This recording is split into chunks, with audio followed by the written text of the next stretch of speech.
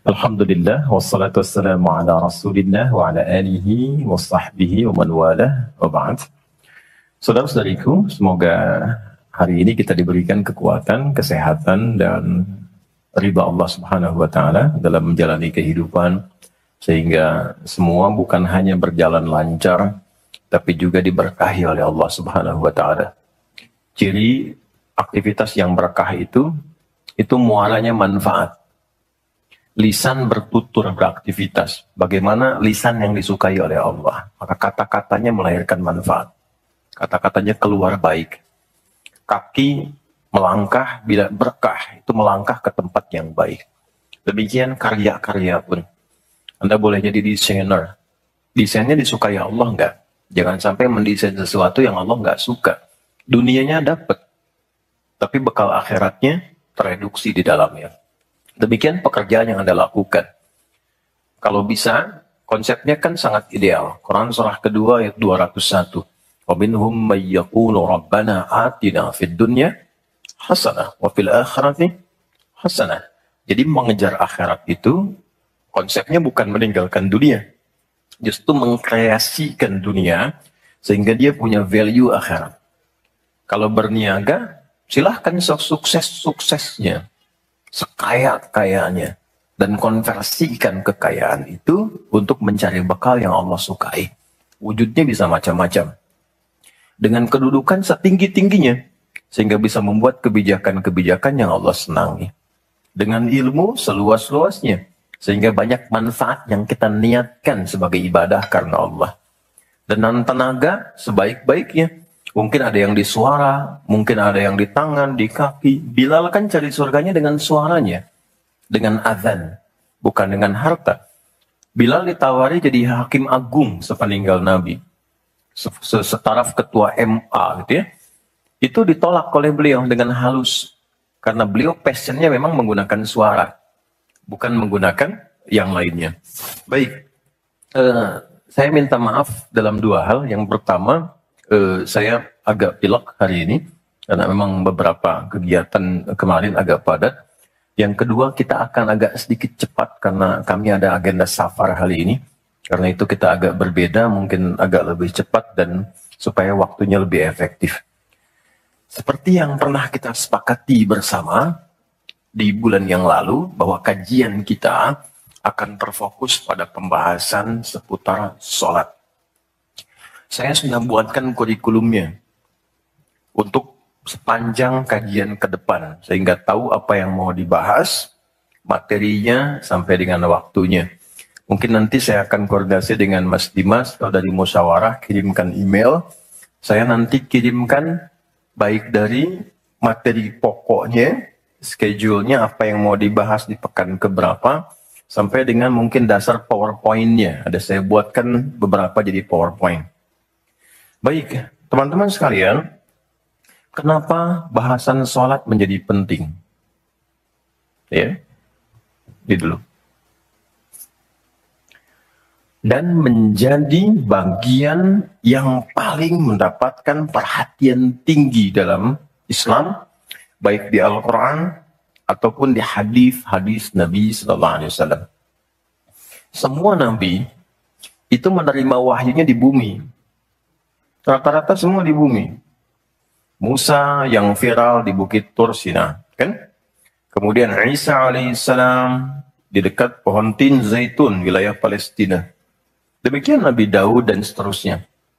Tapi untuk mendapatkan satu ibadah berupa salat khusus bagi Nabi Muhammad SAW, tempatnya spesial.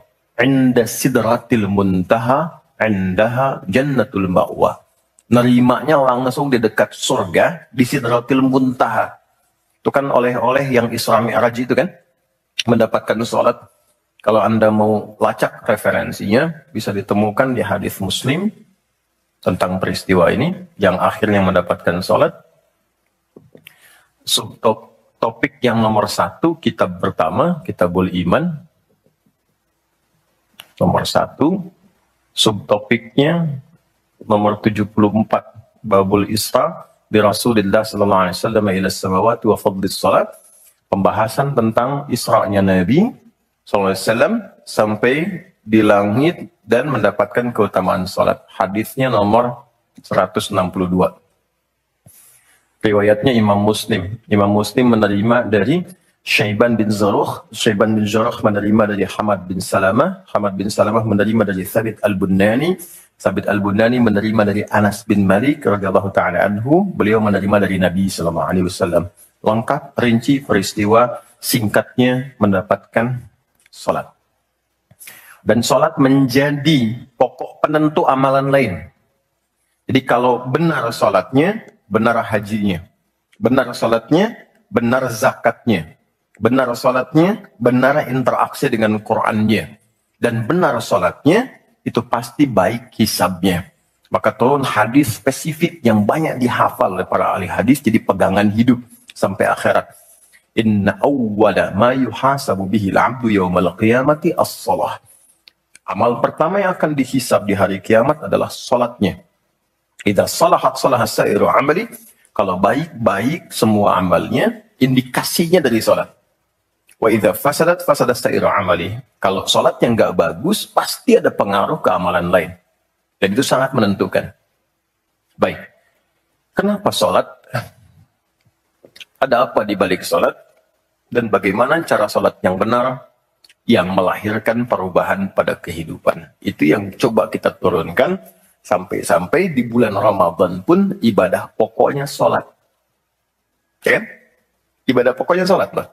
Sampai Nabi mengatakan, Man qama Ramadana imanan wahtisaban, ghufira lahu ma taqaddama min dhanbi. Spesial untuk Ramadan, orang yang sholatnya benar, khusus di Ramadan, di malam harinya, yang kita kenal dengan tarawih, kalau benar sholatnya, dan ada getaran pada jiwanya, lalu dia berdoa spesifik, maka yang pertama Allah berikan mengampuni semua dosa yang pernah ia kerjakan selama hidupnya. Dan itu nggak main-main. Artinya merubah dia menjadi lebih baik. Itu salat. Karena itu kenapa ada tambahan di Ramadan spesifik untuk meningkatkan salat tarawih.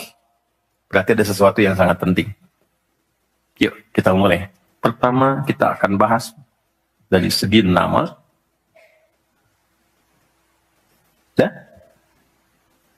Kedua, kita akan bahas dari segi fungsi atau hikmah atau manfaat. Baru kemudian yang ketiga, kita masuk kepada persoalan teknis penunaiannya. Baik bacaan, cara, makna. Kita belajar dari mulai menunaikan, bacaannya apa, maksud dari itu apa. Ya. Baik, kita mulai cepat. Salat. Apa itu salat? Doa. Apalagi? Kenapa doa disebut salat? Kenapa nggak disebut doa aja? Apa itu salat? Doa. Apa itu doa? Salat. Oke, yuk kita urutkan dari segi katanya dulu. As-salah, kurang lebih begini. Nanti ada versinya, ada yang pakai waw, itu ujungnya nanti kembali ke alif. Ini ya. Teman-teman, salat itu seakar dengan kata silah. Silatun. Seakar verbnya, kata kerjanya dengan kata wassala. Wusul. Silah dalam bahasa Arab artinya sesuatu yang terhubung kuat sehingga dengan erat dan kuatnya ini sulit dilepaskan. Pernah dengar silaturahmi? Ya kan? Kenapa disebut dengan silaturahmi? Karena ada hubungan perhatian kasih yang dalam, sehingga dimanapun dia masih tersambung untuk memperhatikan. Jadi silaturahmi itu bukan begini, bukan Anda kumpul, menyapa di teman yang hadir. Itu bukan silaturahim. Anda menyapa orangnya ada, wajar, orangnya masih ada. Tapi ketika Anda pulang, Anda mendoakan, dan support pada kebaikan, itulah silah namanya. Nah, hubungan yang melatih kita supaya terus terhubung dengan Allah Sehingga tak terpisahkan pengawasan Allah kepada kita, perlindungan Allah kepada kita, pemberian Allah kepada kita di setiap waktu dan tempat dimanapun. Itu dinamakan dengan sholat namanya. Karena itu, ciri keberhasilan orang yang sholat, yang pertama kali dapatkan adanya konektivitas dengan Allah. Sampai dia koneksinya ke Allah. Karena itu disebut wusul. Kenapa secara fikih dinamakan dengan doa? Karena saat berdoa kan terkoneksi dengan Allah. Ya kan? Nah, doa yang terkoneksi secara formal kepada Allah itu disebut dengan sholat. Quran surah keempat. Dalilnya An-Nisa ayat 103. Quran surah 4 ayat 103. Paling kanan agak sedikit ke atas tuh di mushaf standar. Fa'idha qadaytumus salata. Maka jika Anda telah tuntas mengerjakan sholat, fadhkurullaha.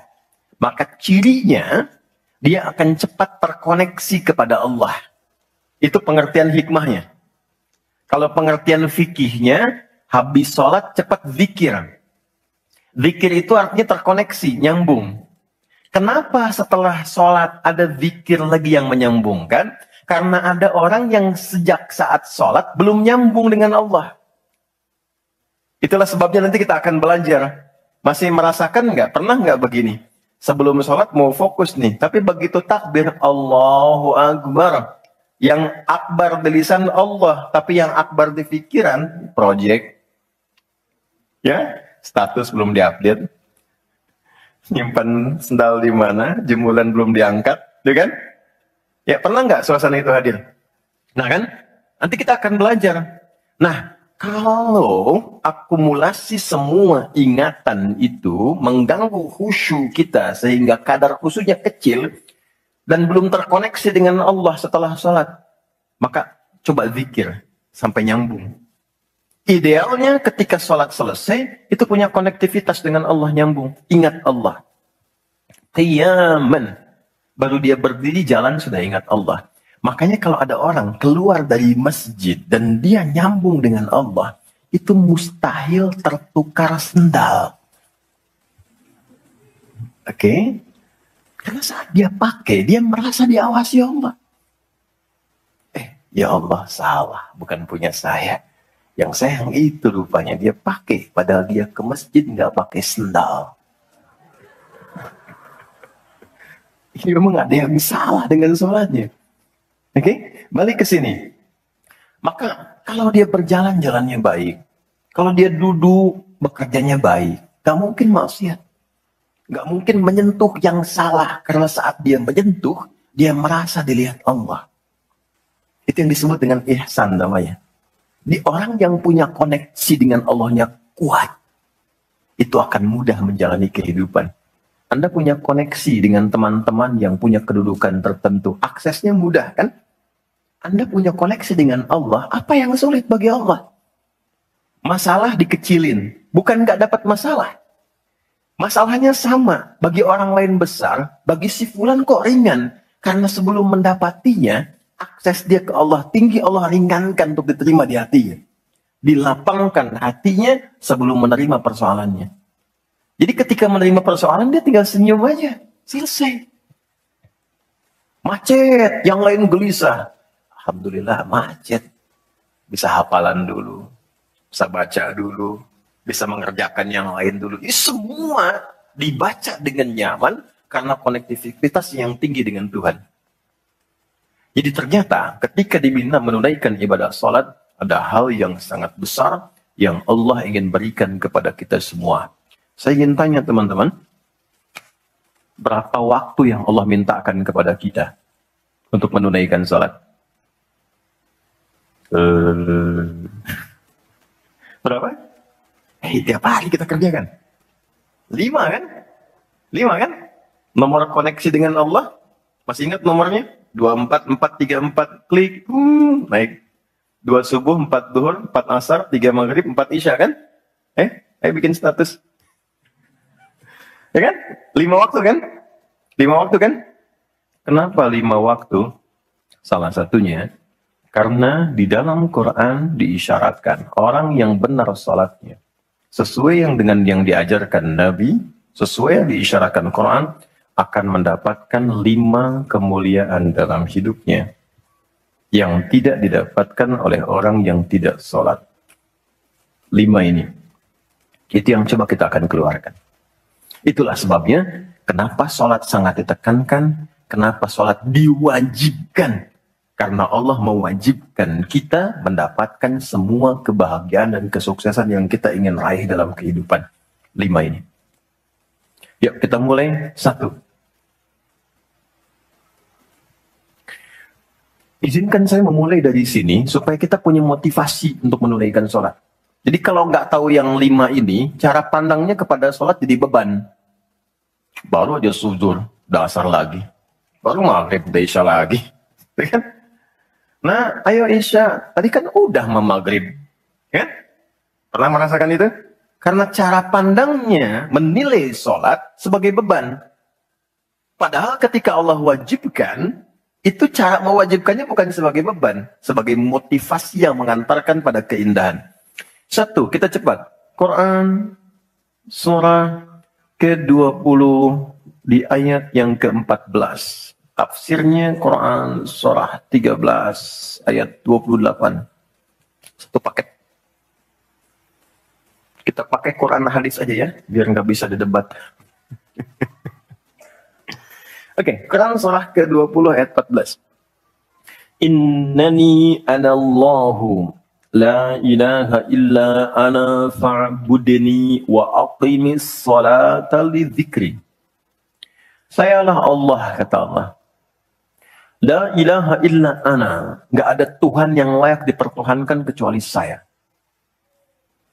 Ini kalau kita belajar ngaji tentang tauhid, ya, belajar mengaji tentang dasar keyakinan akidah. Ini ayat yang paling real, yang paling mudah dipahami, yang paling kuat pengakuannya. Saya coba mengumpulkan koleksi beberapa kitab-kitab yang disucikan, saya kumpulkan, nggak ada satupun kecuali di Quran yang tegas mengatakan, Tuhannya langsung mengatakan, tidak mewakili perwakilan. Sayalah Allah, satu-satunya yang dipertuhankan, sembah saya. Coba di Quran. Kita simpan ini dalam bab tauhid, sekarang kita teruskan. Bagaimana cara menyembahmu ya Allah? Fa'budni wa aqimis sholata lidzikri. Tunaikan sholat. Ya, sebagai pembuktian penyembahan kepadaku. Lidzikri. Untuk mengoneksikan dirimu denganku. 1, sholat adalah pembuktian sebagai hamba. Pembuktian iman. Pelan-pelan. Yang pertama, teman-teman sekalian, ketika Allah menerangkan fungsi sholat yang pertama untuk membangun konektivitas yang kuat dengan Allah, itu ternyata dasarnya bukan materi, bukan kedudukan, tapi penghambaan. Supaya engkau membuktikan diri engkau itu hambaku, sembahku, lewat sholat. Jadi kalau ada orang yang mengatakan, Tuhanmu siapa? Allah, tapi dia nggak mau sholat, itu kata Nabi belum sempurna kebertuhanannya kepada Allah. Ya, al-farqu bainal mu'min wal kafir tarku sholat, kata Nabi. Perbedaan orang yang mengaku beriman dengan yang belum beriman dilihat dari sholatnya. Jadi kalau dia sudah menunaikan sholat, itu pembuktian keimanannya kepada Allah, kebertuhanannya. Jadi kalau ada orang mengaku muslim, dia belum menunaikan sholat, maka dipertanyakan keimanannya. Karena itulah kemudian kata sholat disebut juga di Al-Quran dengan kata iman. Buka Quran surah kedua, ayat 143. Lihat di pertengahan. Wa ma kana Allahu liyudhi'a imanakum. Jika ada hamba siapapun menunaikan sholat, aku nggak akan sia-siakan sholat yang dilakukan dengan imannya itu. Maksudnya apa? Akan dibalas, diberikan perhatian sesuai dengan kadar sholatnya. Disebut dengan iman. Dan yang paling dahsyat, ketika seseorang sholat menghamba, kan gerakannya ruku, sujud, menghamba kan? Maka naik statusnya dari sekedar manusia biasa menjadi abdun. Teman-teman, ini rahasia besarnya. Perintahnya, fa'budni, yang kita baca, iyyaka na'budu, asal katanya dari kata abada, orangnya abdun, jamannya ibad. Dan tidak pernah disebutkan dalam Quran kata abdun kecuali untuk mengangkat derajat hamba di hadapan Allah. Contoh, Nabi Muhammad ketika peristiwa Isra dan Mi'raj dipanggilnya dengan nama apa? Quran surah 17 ayat 1. Subhanalladzi asra bi'abdihi. Tidak disebut Nabi, tidak disebut Rasul, tapi Abdun. Nabi Sulaiman ketika diberikan kekuasaan besar, punya kedudukan yang hebat, sampai menundukkan awan. Ya, sebelum Songgoku, Songgohan punya awan Kinton, Nabi Sulaiman sudah punya duluan. Suzuki Yatanabe tahun 96 kan, bikin komiknya. Saya nggak terlalu baca itu, atau tonton, tapi saya tahu. Itu awan ditundukkan, angin bolak-balik. Ketika mendapatkan kedudukan itu, sifat yang disebutkan abdun, bukan nabi, bukan rasul. Quran surah 38 ayat 30. Wa wahabna li Dawuda Sulaiman ni'mal abdu. Oke, Nabi Zakaria alaihissalam ketika akan diangkat statusnya dari suami menjadi ayah dan sudah berharap tinggi, dikabulkan, naik status, diberikan anugerah, disebutnya dengan abdun. Quran surah 19 di ayat yang kedua. Dzikra rahmati rabbika abdahu Zakaria. Nabi Nuh diangkat status memimpin kelompok generasi manusia setelah Nabi Adam. Naik ke kapal, jadi pemimpin besar. Begitu diangkat, yang disebut statusnya abdun. Quran surah 17 ayat 3. Innahu kana abdan syakura. Kenapa disebutkan abdun? Abdun itu sifat penghambaan. Semakin tinggi ibadahnya, semakin tinggi pendekatannya ke Allah, semakin diangkat. Jadi dengan Allah itu karena Allah Khalik, kita makhluk. Laisa kamitslihi syai', enggak sama sifatnya. Jadi kalau ke Allah itu jangan terlalu ngangkat. Kalau tinggi direndahkan, kalau rendah ditinggikan. Karena itu kenapa saat sholat kita merendah supaya ditinggikan. Itu poinnya. Jelas ya? Itulah sebabnya kenapa Nabi dijamin surga, turun surah Al-Kautsar itu, satu-satunya Nabi yang sebelum wafat turun surganya. Rasulullah. Dengan turunnya surah Al-Kautsar. Kenapa? Salah satunya karena ibadahnya. Coba lihat. Kesaksian Sayyidah Aisyah itu di Al-Bukhari nomor hadis 1147. Kedatangan tabi'in namanya Abu Salamah bin Abdurrahman, tanya bagaimana sholat malamnya Nabi. Kata Sayyidah Aisyah, jangan ditanya panjang dan khusyuknya, panjang dan bagusnya. Beliau memang sholatnya 4 rakaat di awal, tapi jangan tanya panjang dan bagusnya. Beberapa sahabat dulu pernah pengen tahu, penasaran. Diikuti sholat di belakang Nabi, ternyata rakaat pertamanya dikira Al-Baqarah 100 ayat akan ruku. Ternyata disambungkan ke 286 ayat sampai selesai. Dikira setelah selesai akan ruku. Ternyata Alif Lam Mim lagi, Ali Imran sampai selesai. 200 ayat. Dikira ternyata setelah La'alakum Tuflihun 200 ayat Ali Imran akan ruku. Nyambung An-Nisa 176 ayat. Baru kemudian ruku setelah 5 juz 4 halaman. Ruku. Besoknya orang-orang ini nggak ikutan lagi. Udah. Lain memang levelnya. Salam. Tersentuh kaki Nabi itu dengan tangan Sayyidah Aisyah. Menunjukkan sederhana kehidupannya. Bayangkan kan, suami sholat, istri tidur, nyentuh bagian kaki. Kira-kira tidurnya alasnya di mana tuh? Nabi besar loh, ahli surga, hebat, pemimpin besar. Kehidupan demikian. Tapi kalau sedang beramal kaya.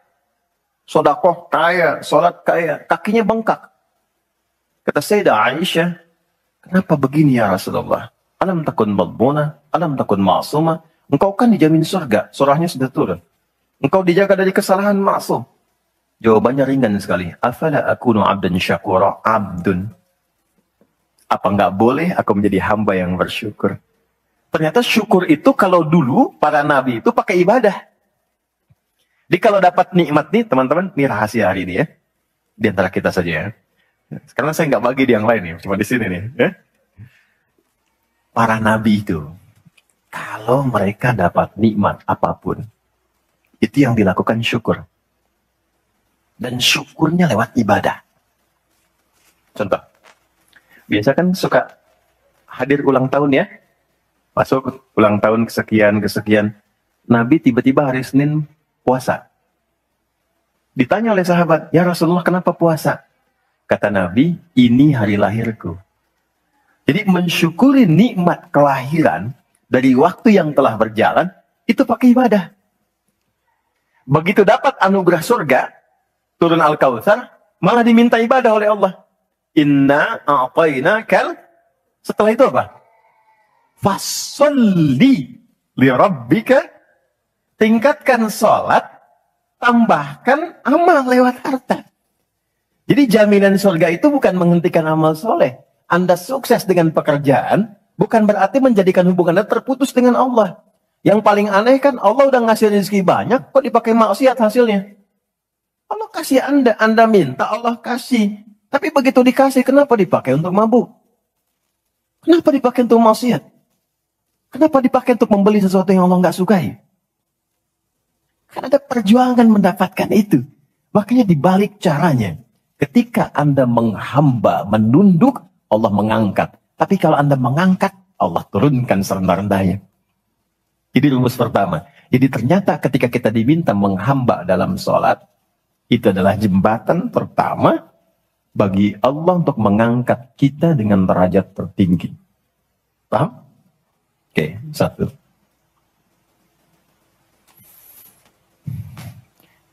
Jadi kalau ke anak-anak begini kalau tanya, Mah kenapa sih harus sholat? Supaya kamu jadi hebat. Gitu. Kok bisa? Lihat Umar. Sebelum sholat. Orang biasa. Kerjanya begini, cuma jalan-jalan, mabuk dan sebagainya. Tapi setelah sholat, dia jadi pemimpin yang sangat hebat. Dia hafal sekian bahasa. Dia dirikan sekolah-sekolah. Pemikirannya hebat, tangguh orangnya, di mana-mana dikagumi. Itu. Kalau ada karyawan Anda bertanya, kenapa Pak harus sholat? Supaya kita makin sukses proyeknya. Makin banyak omsetnya. Coba lihat Abdurrahman bin Auf. Bukankah sebelum dia sholat dia kaya tapi biasa, malah hilang kekayaannya. Tapi setelah dia sholat dan dia praktekkan makna-makna dalam sholat, meningkat level kekayaannya sampai yang ketiga tertinggi. Dari kaya banget, kebangetan kayanya. Kapaknya terbuat dari emas kan? Abdurrahman bin Auf. Itu setelah sholat. Itu viral sekali kisahnya. Ya? Jadi ini bagian pertama. Jadi ketika ada panggilan hayya 'alas shalah, atas sejak Allahu Akbar, rasakan panggilan itu ingin mengangkat derajat kita. Jadi kalau panggilan sholat itu dipahami sebagai hanya tuntutan ibadah, nanti jadi beban.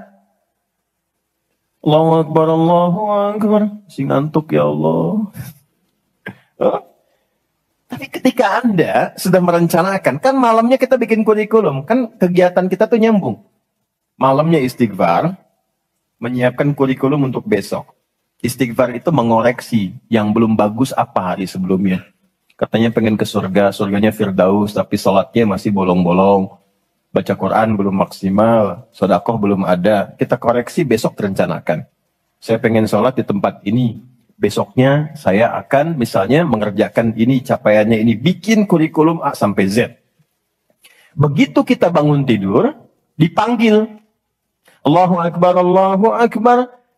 Yang kita siapkan itu tadi, rencana. Dibawa menghadap Allah, minta kemudahan. Minta perlindungan, minta pengangkatan. Makanya kenapa sholatnya disebut subuh dari kata asbah. Sesuatu yang sudah siap dengan rencana. Wasubhi idza tanaffas. Quran surah 81 ayat 18. Di orang Islam itu bangun dari tidur, dia sudah punya rencana yang mau dia siapkan ke depan apa.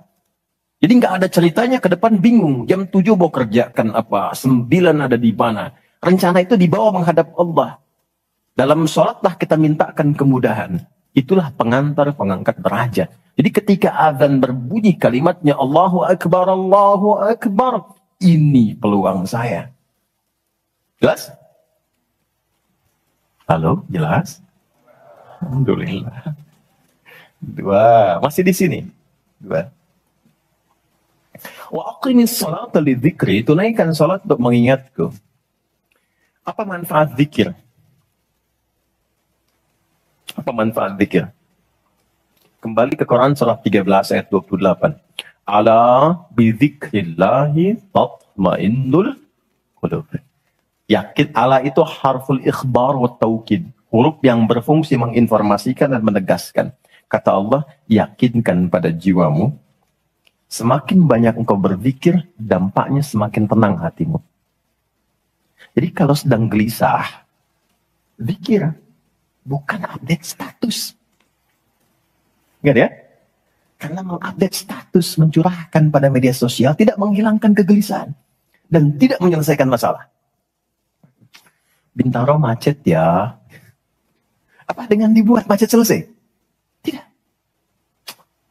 Nggak nyangka ya dia seperti itu. Nyangka. Ketika ada orang mengatakan nggak nyangka, sedang nyangka dia tuh. Dan tidak selesai masalahnya. Apa kata Quran? Jika Anda sedang gelisah, optimalkan zikir. Apa itu zikir? Semua jenis kegiatan yang menyambungkan kita dengan Allah. Misal, doa. Doa itu di Quran disebut zikir. Quran surah 7 ayat 205. Wadhkur rabbaka fi nafsika tadarruan wa khifatan wa dunal jahri minal qaul. Kalau Anda sedang gelisah banyak persoalan, alih-alih mengeluh, angkat tanganmu minta kepadaku. Bukankah saat berdoa menjadi semakin tenang? Solusi belum datang, tapi hati lebih tenang kan? Dan jiwa yang tenang itu melahirkan pemikiran yang gemilang. Hasil yang cemerlang. Jadi begitu kita lebih tenang, lebih mudah menanti solusi. Anak belum pulang, doa. Besok ada ujian, doa. Ada proyek mau dilakukan, kita gelisah, doa. Itu fitrah. Quran itu disebut zikir. Quran surah ke-15 ayat 9. Inna nahnu nazzalna dzikra wa inna lahu lahafidhun. Kalau sedang gelisah, masalahnya kompleks, ambil wudhu, ambil mushaf, buka. Itu baru pegang mushaf, baru buka. Dampaknya ke hati itu kuat. Begitu Anda baca dengan suasana yang tenang, nyaman ke jiwa. Yang paling dahsyat kadang-kadang dibuka, mushafnya acak, keluar ayatnya sesuai dengan masalah kita. Itu Quran. Ya. Apalagi? Kalimat thayyibah. Subhanallah, alhamdulillah, Allahu Akbar, Masya Allah, Astaghfirullah. Itu zikir. Quran surah 4 ayat 103. فَإِذَا قَضَيْتُمُ الصَّلَاةَ فَاذْكُرُوا اللَّهَ. Makanya ketika Anda mendapatkan nikmat, alhamdulillah, hati lebih tenang. Tidak menggunakan nikmat dengan hal-hal yang tidak positif. Ada sesuatu, astaghfirullah. Ada keluhan, ya Allah. Lebih tenang. Akumulasi semua bentuk zikir itu ada dalam salat. Di salat ada subhanallah. Ada. Ya. Di salat ada alhamdulillah. Ada. Di salat ada Allahu Akbar. Dibuka dengan takbir. Di salat ada Quran. Ada. Al-Fatihah, Quran. Kita salat baca Quran. Apa lagi? Apakah di salat kita kemudian membaca kalimat thayyibah? Baca. Berdoa? Iya, isinya semua doa. Maka ketika semua jenis zikir dikumpulkan, itu berubah menjadi sholat. Dan kalau satu zikir saja membuat tenang, apalagi sholat. Makanya sholat itu, jangankan ibadahnya, tempatnya saja bikin tenang. Coba teman-teman, ikhwan ya. Anda ada masalah nih di kantor, mampir ke masjid. Itu buka pintu masjid baru masuk, sudah tenang. Enak. Makanya saya sering katakan, sering share dengan beberapa kawan, Anda kalau sedang kerja, coba pulangnya jangan langsung ke rumah. Mampir ke masjid dulu. Yang terdekat ya dengan rumah. Yang terdekat. Mampir ke masjid, sholat 2 rakaat. Di situ sampaikan, ya Allah, aku telah berikhtiar seperti apa yang telah Engkau perintahkan. Dan aku bertawakal akan rizki yang telah Engkau tetapkan. Itu begitu Anda selesai berdoa pulang, yang dibawa ke rumah aura masjid bukan aura kantor. Dan istri anak-anak di rumah mendapatkan ketenangan yang sempurna. Jadi nerima antum itu terima dalam keadaan yang penuh dengan ketenangan. Jadi ketika menyambut anak, ayah, papa, papi, buya, antumnya tuh udah enak nerimanya. Coba kalau nggak percaya, rasakan itu. Ke masjid itu beda. Dibanding rumah sendiri, rumah Allah lebih tenang kan? Itu baru tempatnya. Dan puncaknya Ka'bah. Yang menjadi kiblat. Itu ada di Quran, surah kedua, ayat 125. Wa idh ja'alnal baita mathabatan linnasi wa amna. Dan pelajari, pahami, renungi. Ketika aku tetapkan dengan keagunganku, Ka'bah pusat ibadah yang menenangkan. Sebanyak apapun Anda punya kesulitan, depan Ka'bah itu ngalir air mata, tenang aja. Gitu. Pancarannya masjid. Ya. Masya Allah ya. Nah, amalannya sholat. Jadi ambil suasana itu, bawa ke dalam diri kita untuk menghasilkan apa yang kita harapkan. Yang kedua, di intinya kalau sedang tidak tenang, gelisah, ada persoalan, atau bahkan ya, untuk menentukan satu urusan. Kalau Anda bingung, merasa ada saingan yang tidak sehat, merasa ada orang-orang yang mungkin mengganggu, lakukan sholat sebelum berangkat. Tahu Imam Al-Bukhari ya? Beliau menulis Sahih Al-Bukhari kan? Itu sebelum menulis setiap satu hadis, sholat 2 rakaat. Kalau tenang, baru dituliskan. Tidak tenang, beliau sholat kembali.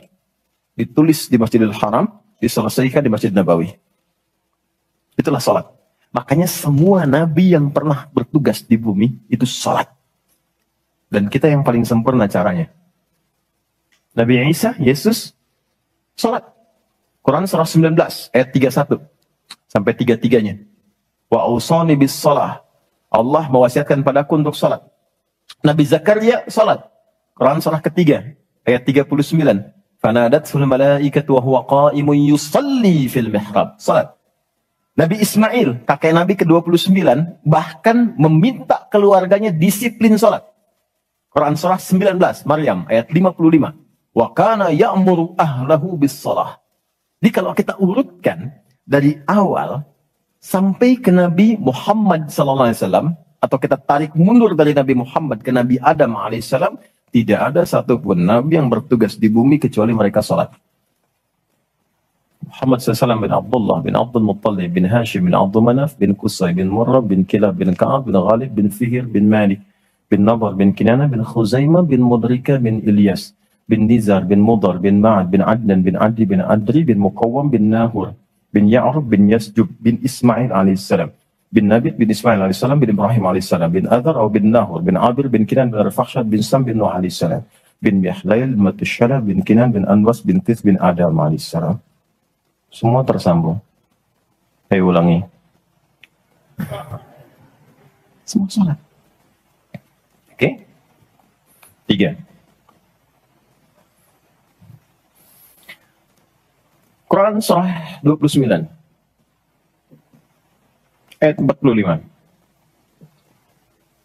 Sholat, bila dikerjakan dengan benar, akan merubah pelakunya menjadi lebih baik.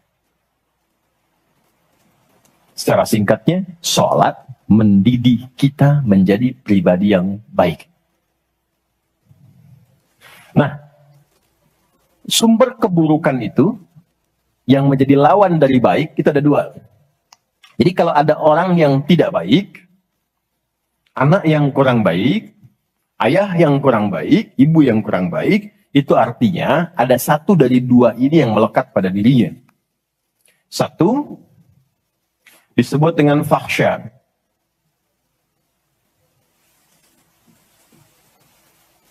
Keburukan yang bersumber dari syahwat. Maaf, kata-kata kotor, jorok, zina, LGBT, pornografi, porno aksi, dan semisalnya.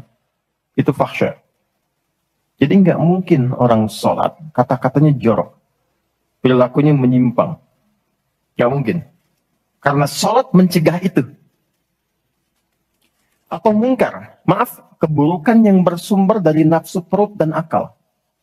Mencuri, korupsi, mencela, berdusta, membunuh, merampok, menyakiti, dan semisalnya. Itu mungkar.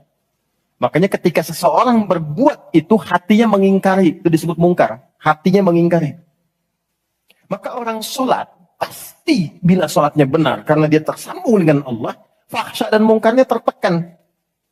Yang muncul jiwa baiknya, jiwa takwanya. Ketika yang muncul kebaikannya, yang buruknya ditekan, maka yang keluar dari semua bagian tubuhnya, semuanya perilaku baik.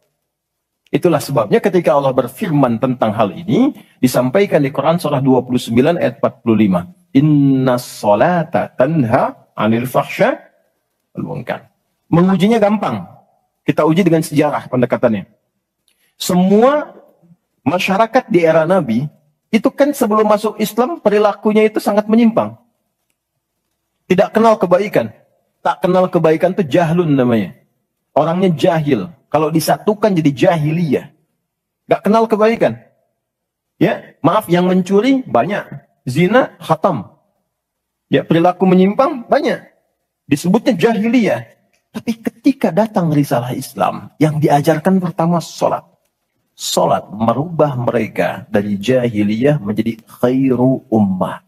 Kalau ada yang paling jujur, itu. Yang paling dermawan, itu. Yang paling baik, itu. Paling disiplin, itu. Kok bisa sholat ditunaikan bisa merubah seseorang jadi lebih baik? Ada sesuatu dalam sholatnya. Itu yang nanti kita akan pelajari. Itulah sebabnya kenapa anak-anak dari kecil usia 7 tahun khususnya yang diajarkan sholat. Masih ingat hadisnya? Ya, saat anak berusia 7 tahun ajarkan sholat. 10 tahun dia masih malas, beri pelajaran yang membuat dia mengerti. Bukan berarti harus memukul ya. Kalau di Arab adatnya begitu, itu biasa. Doroba itu memberi pelajaran maksudnya. Kurangi uang jajannya, berikan pelajaran yang baik kepada dia supaya mengerti kenapa mesti sholat. Kenapa dari usia 7 tahun? Supaya anak itu tumbuh jadi baik. Itu maksudnya. Cuma anak sekarang advance. Gen Z yang sekarang itu sebelum sholatnya sempurna, TK sudah manasik ya. Nggak apa-apa sih, cuma ini maksimal kalau yang kedua ya. Oke, 4, saya cepat, karena waktu kita terbatas. 4. Salat, bila dikabulkan, bila dilakukan dengan benar. Saya ulangi, salat, bila dilakukan dengan benar. Sesuai isyarat petunjuk Al-Quran dan contoh yang disampaikan Nabi, maka bisa mempercepat terkabulnya doa. Oke? Mempercepat terkabulnya doa. Itulah kenapa secara bahasa sholat disebut doa. Kalau benar mengoneksikan diri kita dengan Allah sang pengabul doa, koneksinya cepat, sinyalnya kuat, itu nggak ada sekat, menggoncang arus, langsung dikabulkan. Dan nggak ada jeda. Oke, Quran langsung. Surah ketiga, ayat 38 sampai 39. Surah 3 Ali Imran, ayat 38 sampai 39. Kita belajar dari kisahnya Nabi Zakaria alaihissalam. Contoh kecil sekali. Secara singkat sudah berumah tangga, sudah sekian lama, rambut sudah memutih, fisiknya sudah letih, itu dilukiskan di surah Maryam nanti, ayat 1 sampai 9 kita dapati. Istri divonis secara medis, nggak mungkin punya keturunan. Secara medis loh, sudah menopause dan maaf, mandul. Secara medis nggak mungkin, secara klinis nggak mungkin. Tapi ini yang paling hebat. Jika manusia, catat ini baik-baik ya, jika manusia sudah menyimpulkan nggak bisa, itu tanda langsung dari Allah, supaya menengadahkan permohonan langsung kepada Allah tanpa campur tangan makhluk. Karena Allah ingin mengabulkan apa yang Anda minta secara langsung, bukan lewat campur tangan makhluk. Baca itu. Dan pahami untuk tidak putus ikhtiar. Jadi kalau rahmat Allah itu jangan dibawa dengan putus asa. La taqnatu min rahmatillah. Jangan pernah putus asa. Jadi jangan ada bahasa begini, ya nggak mungkin, ya nggak bisa. Jangan diambil. Begitu orang mengatakan nggak mungkin, itu tanda dari Allah. Allah ingin memberikan langsung tanpa campur tangan manusia. Maka apa yang dilakukan Nabi Zakaria? Beliau kemudian sholat di mihrabnya Maryam. Ini saya sedikit bahas tentang mihrab, sedikit saja. Quran surah 3 dulu, di ayat 37, di paling kiri sebelah bawah, pojok di mushaf standar. Secara singkat saja, mihrab itu satu tempat yang fungsinya mempercepat terkabulnya doa dan mendatangkan rezeki dari sisi yang tidak diduga. Awas, kita bicara keimanan ya. Dan di situ dipertaruhkan. Mihrab ini tidak harus lebar dan luas. Sehamparan sejadah nggak ada masalah. Yang penting kita gunakan untuk ibadah saja. Di luar ibadah keluar. Itulah kenapa tempat imam disebut mihrab. Kenapa? Karena imam mewakili makmum untuk memohon kepada Allah dalam sholat berdoa. Makanya kualifikasi imam mesti khusus. Bukan imam biasa. Baik. Kemudian, tidak harus di masjid, di rumah boleh dibikin. Maryam pernah dibuatkan mihrab. Saat beliau mengkhususkan diri ibadah, di situ apa yang terjadi? Fataqabbalaha rabbuha biqabulin hasanin wa ambataha nabatan hasanan wa kaffalaha Zakaria. Kullama dakhala 'alayha Zakaria al-mihrab wajada 'indaha rizqa. Qala ya Maryam anna laki hadha? Qalat huwa min 'indillah. Innallaha yarzuqu man yasha' bighairi hisab. Ini poinnya. Setiap Nabi Zakaria mengantarkan kebutuhan Maryam, pakaiannya, makanannya, kebutuhannya, itu sudah ada. Dan ingat, status Nabi Zakaria itu Nabi loh. Beliau tahu itu pasti dari Allah. Tapi ingin dikonfirmasi apakah pendidikan beliau selama ini sudah meresap pada jiwanya atau belum. Ditanya, Maryam dari mana semua ini? Maka beliau jawab, Maryam jawab, huwa min indillah. Paman, ini semua dari Allah. Baik ya? Allah memberikan apapun yang ia kehendaki tanpa batas pada siapa yang diingini. Maka ini dibaca oleh Nabi Zakaria. Mayyasha itu. Jadi kalau ada di Quran diksi mayyasha, jangan simpulkan ini untuk dia saja. Maksudnya, jadi seperti dia, maka Allah akan berikan seperti Allah berikan kepada dia. Maka Nabi Zakaria kemudian sholat di mihrabnya Maryam itu. Minta sesuatu yang selama ini kata orang terbatas. Apa yang dilakukan? Sholat. Dalam sholatnya minta. Perhatikan cara mintanya. Satu, menyebut nama Allah sesuai kebutuhan. Jadi Allah bentangkan semua nama terkait semua kebutuhan kita. Anda butuh rizki, sebut ya Razak. Anda butuh ilmu, sebut ya Alim. Ya kan? Anda butuh ketahanan mental diri, sebut ya Sabar. Itu 99 tersebar.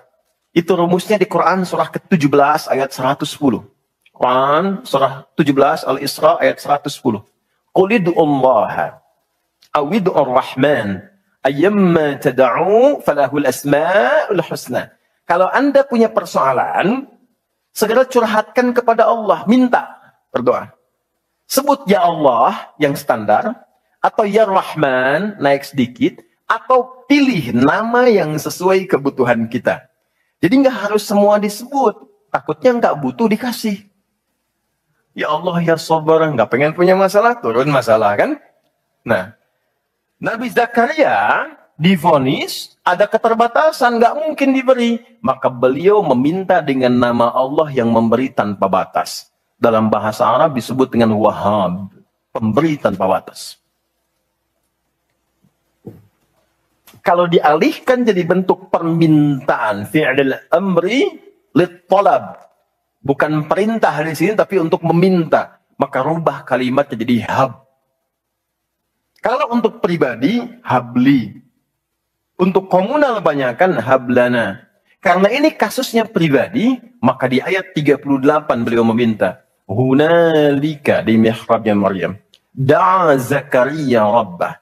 Berdoalah Nabi Zakaria kepada Allah Rabbnya. Perhatikan. Qala Rabbi habli min ladunka dzurriyyatan thayyibah innaka sami'ud du'a. Ini fikih doa yang penting dipelajari. Ya Allah, ini kalau terjemah bebasnya begini. Mereka mengatakan, aku nggak mungkin punya keturunan. Maka aku memohon darimu saja yang tidak punya batas dalam pemberian. Mereka katakan aku nggak mungkin. Aku mohon kepadamu yang tidak punya batas dalam pemberian.